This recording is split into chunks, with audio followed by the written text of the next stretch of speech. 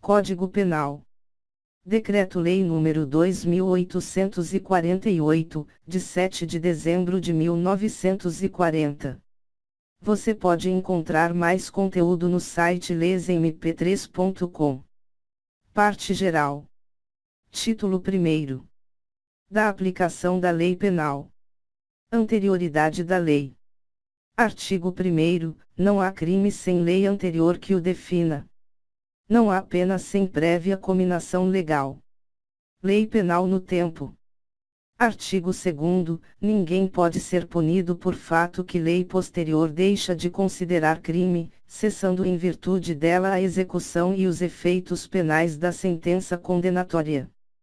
Parágrafo único. A lei posterior, que de qualquer modo favorecer o agente, aplicasse aos fatos anteriores, ainda que decididos por sentença condenatória transitada em julgado. Lei excepcional ou temporária. Artigo 3º. A lei excepcional ou temporária, embora decorrido o período de sua duração ou cessadas as circunstâncias que a determinarão, aplicar-se ao fato praticado durante sua vigência. Tempo do crime. Artigo 4º. Considera-se praticado o crime no momento da ação ou omissão, ainda que outro seja o momento do resultado. Territorialidade. Artigo 5º. Aplicar-se a lei brasileira, sem prejuízo de convenções, tratados e regras de direito internacional, ao crime cometido no território nacional. Parágrafo 1º. Para os efeitos penais, consideram-se como extensão do território nacional as embarcações e aeronaves brasileiras, de natureza pública ou a serviço do governo brasileiro onde quer que se encontrem, bem como as aeronaves e as embarcações brasileiras, mercantes ou de propriedade privada, que se achem, respectivamente, no espaço aéreo correspondente ou em alto mar. Parágrafo 2º. É também aplicável a lei brasileira aos crimes praticados a bordo de aeronaves ou embarcações estrangeiras de propriedade privada, achando-se aquelas em pouso no território nacional ou em voo no espaço aéreo correspondente, e estas em porto ou mar territorial do Brasil. Lugar do crime. Artigo 6º. Considera-se praticado o crime no lugar em que ocorreu a ação ou omissão, no todo ou em parte, bem como onde se produziu ou deveria produzir-se o resultado. Extraterritorialidade.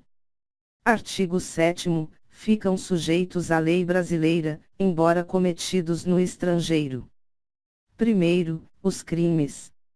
A. Contra a vida ou a liberdade do Presidente da República. B. Contra o patrimônio ou a fé pública da União, do Distrito Federal, de Estado, de território, de município, de empresa pública, sociedade de economia mista, autarquia ou fundação instituída pelo poder público. C. Contra a administração pública, por quem está a seu serviço. D. De genocídio, quando o agente for brasileiro ou domiciliado no Brasil. Segundo, os crimes. A. Que, por tratado ou convenção, o Brasil se obrigou a reprimir. B. Praticados por brasileiro. C. Praticados em aeronaves ou embarcações brasileiras, mercantes ou de propriedade privada, quando em território estrangeiro e aí não sejam julgados. Parágrafo 1º. Nos casos do inciso 1º, o agente é punido segundo a lei brasileira, ainda que absolvido ou condenado no estrangeiro.